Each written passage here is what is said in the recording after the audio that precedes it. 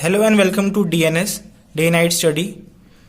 तो इस third part में हम पढ़ेंगे न्यू इकोनॉमिक पॉलिसीज़ के उन पिलर्स के बारे में और उन पिलर्स का इम्प्लीमेंटेशन कहाँ कहाँ पर हुआ, किस किस सेक्टर में हुआ। तो दोस्तों सबसे पहले हम बात करते हैं फर्स्ट पिलर यानी लिबरलाइजेशन के बारे में।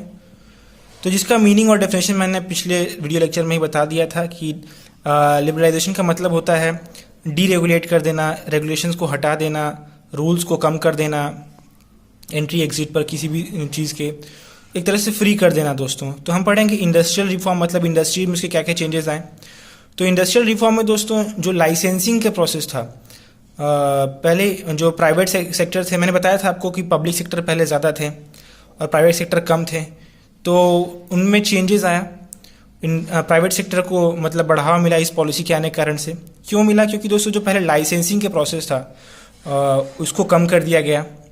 कोटा रेस्ट्रिक्शंस थे, मतलब कि आप कुछ प्रोडक्ट्स बना सकते थे, उसको भी बहुत कम क्वांटिटी में बना सकते थे, तो उन सब रेस्ट्रिक्शंस को हटाया गया, लाइसेंसिंग को कम किया गया। ये कुछ चेंजेस दोस्तों किए गए इंडस्ट्रियल रिफॉर्म्स में। और इसमें ध्यान देने वाली बात यह है दोस्तों कि कुछ इंडस्ट्रीज़ अभी भी पब्लिक सेक्टर के हाथ में थी, गवर्नमेंट कंट्रोल में थी। जैसे कि दोस्तों एटॉमिक एनर्जी से रिलेटेड इंडस्ट्रीज़ हो गई और आपका डिफेंस से रिलेटेड हो गई, ये सब इंडस्ट्रीज़ और ये सब जो हैं दोस्तों, ये सब अभी भी मतलब गवर्नमेंट के हाथ में था। बहुत मतलब कि बहुत कम हो गया मतलब उसका कंट्रोल, बस इन्हीं सब चीज़ों पे रहा। और टैक्स रिफॉर्म दोस्तों, टैक्सेस में क्या रिफॉर्म्स हुए तो हम पहले जान लेते हैं दोस्तों। टैक्स हमारे कंट्री में दो तरह के होते हैं, एक होता है डायरेक्ट टैक्स और दूसरा होता है इनडायरेक्ट टैक्स। तो दोस्तों जो आपके इनकम टैक्स होता है या फिर प्रॉपर्टी टैक्स होता है, तो ये सब आपके डायरेक्ट टैक्स में आते हैं।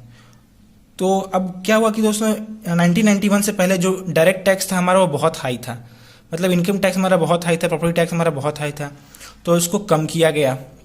और दूसरा दोस्तों इनडायरेक्ट टैक्स क्या क्या होते हैं दोस्तों। तो इनडायरेक्ट टैक्स आपका सेल्स टैक्स हो गया, आज आपका सब कुछ जीएसटी में कवर हो जाता है। तो दोस्तों जो इनडायरेक्ट टैक्स है दोस्तों उसको सिंप्लीफाई किया गया, जैसा कि जीएसटी में कहा गया है गुड्स एंड सर्विसेज टैक्स एक टैक्स है, तो इस तरह से टैक्स को सिंप्लीफाई किया गया दोस्तों। फाइनेंशियल रिफॉर्म्स में क्या क्या हुआ दोस्तों। तो फाइनेंशियल रिफॉर्म दोस्तों हमारा रिलेटेड है बैंकिंग सेक्टर से और एक्सपेंडिचर और रेवेन्यू से। तो बैंक्स के जो रोल थे उसको काफ़ी कम कर दिया। सेंट्रल बैंक एक्चुअली आरबीआई का जो मतलब सेंट्रल बैंक हमारा क्या है दोस्तों इंडिया में, आरबीआई को बोलते हैं, रिजर्व बैंक ऑफ इंडिया को सेंट्रल बैंक भी बोलते हैं। तो जो आरबीआई है दोस्तों उसका रोल काफ़ी कम कर दिया गया फाइनेंशियल सेक्टर में, उसको काफ़ी हद तक सीमित कर दिया गया। जिसके कारण क्या हुआ दोस्तों कि हमारे कंट्री में कमर्शियल बैंक्स आए। कमर्शियल बैंक जो आज हम देखते हैं, प्राइवेट बैंक्स भी हैं और सेमी गवर्नमेंट बैंक भी हैं, और इस तरह के बैंक्स हमारे आए और नई नई उसकी ब्रांचेस खुलती गई दोस्तों, क्योंकि जो आरबीआई की पहले रूल्स और रेगुलेशंस थी उनको कम कर दिया गया।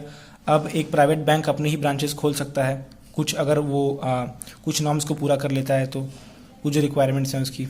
और आरबीआई को भी बस सीमित कर दिया गया, ऐसा नहीं कि उसका पूरा कंट्रोल हटा दिया गया दोस्तों, अभी भी उसका कुछ कुछ कंट्रोल्स है। और आरबीआई को यहाँ तक कि मतलब कि अकाउंट्स को मैनेज करने में और देश में जो है अर्थव्यवस्था को बनाए रखने की इतना तो उसको सीमित कर दिया गया। ट्रेड और इन्वेस्टमेंट पॉलिसीज़ में चेंजेस लाए गए दोस्तों। ट्रेड बेसिकली दोस्तों ट्रेड होता है व्यापार, एक देश से दूसरे देश से जो हमारा लेन देन होता है। तो ट्रेड बैरियर्स जो थे दोस्तों उनको कम किया गया। जैसे ट्रेड बैरियर्स क्या क्या थे, इंपोर्ट और एक्सपोर्ट ड्यूटीज़ जो थी उनको कम किया गया, जिससे कि हमें इंपोर्ट में भी बढ़ावा मिला और एक्सपोर्ट करने में भी बढ़ावा मिला। और दोस्तों जो रेस्ट्रिक्शंस थे, जैसे कि जैसे कि आपका मान लीजिए इंपोर्ट ड्यूटी बहुत हाई था, तो हम लोग काफ़ी सारी चीज़ें इंपोर्ट नहीं कर पाते थे, हमें अपने ही लोगों मतलब अपने ही इंडस्ट्री पर डिपेंडेंट होना पड़ता था। बट ट्रेड बैरियर्स हटने के कारण इंपोर्ट काफ़ी ज़्यादा बढ़ गया। और एक्सपोर्ट ड्यूटीज़ कम होने के कारण दोस्तों हमने विदेशों में जाके व्यापार किया, विदेशों में हमारे मतलब गुड्स एंड सर्विसेज काफ़ी ज़्यादा बढ़ गए।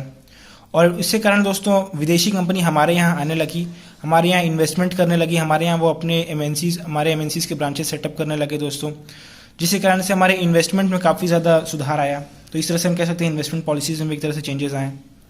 फॉरेन एक्सचेंज दोस्तों, फॉरेन एक्सचेंज में भी कुछ रिफॉर्म्स हुए।